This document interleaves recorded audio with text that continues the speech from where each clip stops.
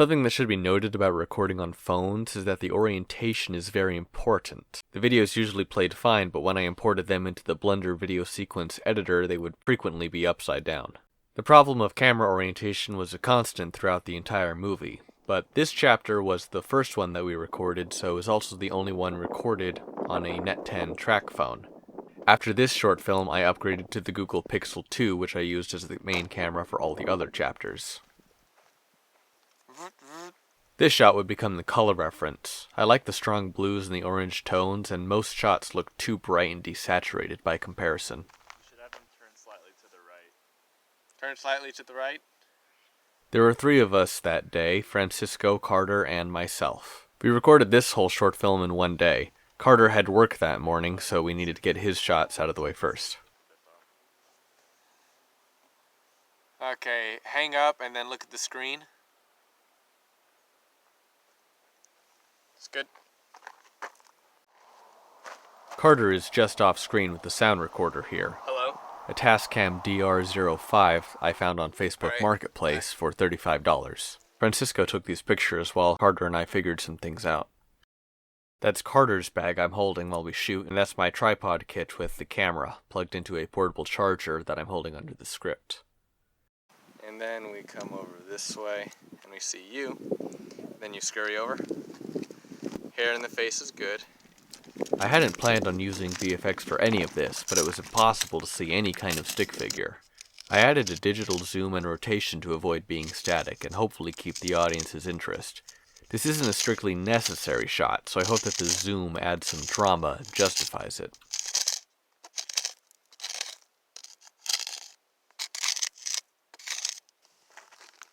This was the best take of the lighter, and later I would play it backwards for a hint of surreality.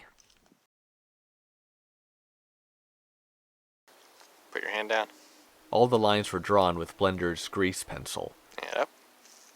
Now draw spirals coming out of the guy's head. I would draw it finished at the end, and then play the video backwards, slowly erasing it as Carter lay his hand down. It was faster and easier than rotoscoping.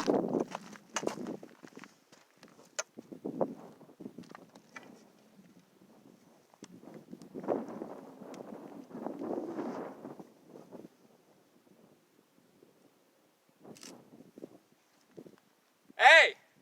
I think it's incredible, no matter where you go, no matter what obscure patch of desert you decide to record in, there will always somehow be somebody else that shows up. Here a family of at least 3 people poked their heads over the mountain and looked at us recording in the valley.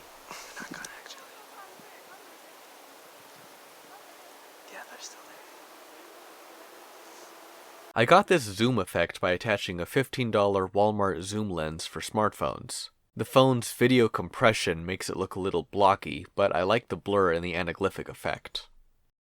Phone cameras tend to have a very low dynamic range, so the cloudy sky was frequently blown out to complete white. Another instance of the phone's video compression can be obviously seen in the foliage. The first instance of my movie kit in a bag, which I would continue to experiment and improve on throughout the anthology project. Many things were recorded out of order, either through necessity or because we would move on too fast and I'd see that we should go back before I'd forget completely. There is a continuity break here where his camera goes from slung around his neck to inside the camera bag slung around his neck. That's really the sound of that stick hitting his head. You're a trooper, Francisco. The other end of the stick went up and hit me right on the head, right there. You can see it. Then other than that, went pretty smoothly. I cut this short because Carter was way too close in this shot to suddenly be so far behind him in the next shot. Likewise, I cut out a moment of Francisco looking at his phone to call for help. It took too long, and Carter was so close just a moment ago.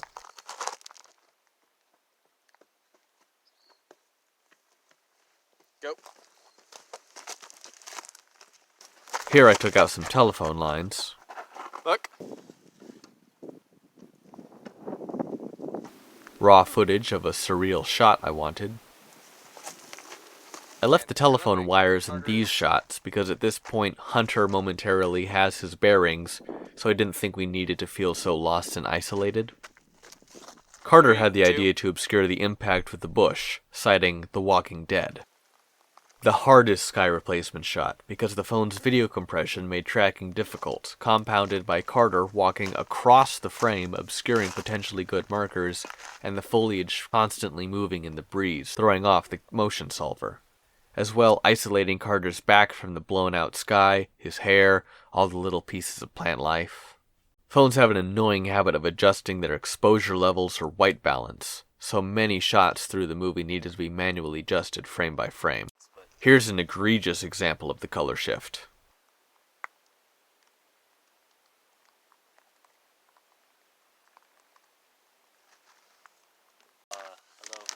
Now it's Francisco's turn to hold the sound recorder for Carter's lines. Super wide.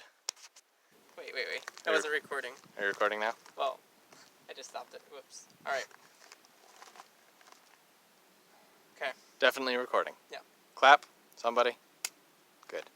The fade to red is a gradual increase of contrast, a lowering of brightness, and a strong hue shift effect.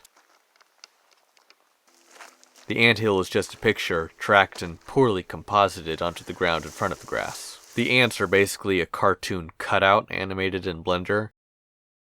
After all this, Carter had to leave, then it was just me and Francisco. I removed my shadow in this and a couple other shots. I removed the power lines and traffic. The traffic definitely had to go, but looking back I don't think the power lines needed to be removed. I just duplicated a patch of bush and moved it over. You can still see the grass moving at the same time. Added the handprint in this wide shot. Wait. Put the camera back down and then bring it up. Yeah. Are you recording? Yeah. The sky is exposed properly, so in post I cut out the foreground and brightened it, effectively widening the dynamic range of the shot. Come up.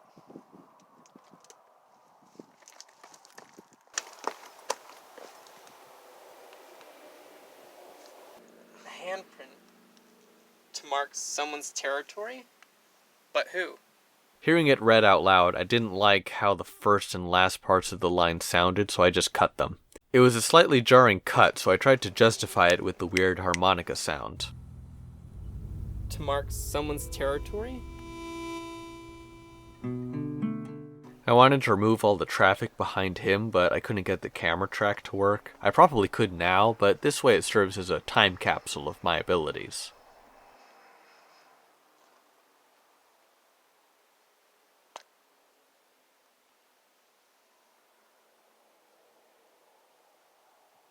I love this shot, but in context with the shot through his camera later, I felt this would be confusing. I did use it in the trailer, though. Go.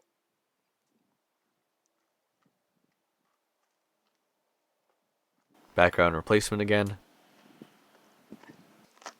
Water all around on the ground.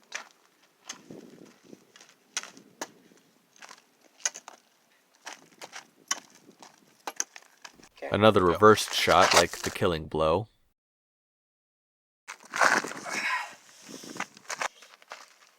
I zoomed in so that you couldn't see his hands completely covering the knee for continuity. Go. Digital zoom. The anthill was in a park where I recorded most of the footstep sounds used throughout the movie. That's my hand on the green screen. If I were to do it again, I definitely would have put my hand on the green screen. As it is, I had to fake a contact shadow after doing some perspective matching, and I added the tilt-shift blur effect to keep it from looking too awful. The music in this was pitch-shifted recordings of myself playing a harmonica and didgeridoo. I also played a few tracks of guitar and mixed a drum sample. The temp score was the Green Goblin theme from Spider-Man.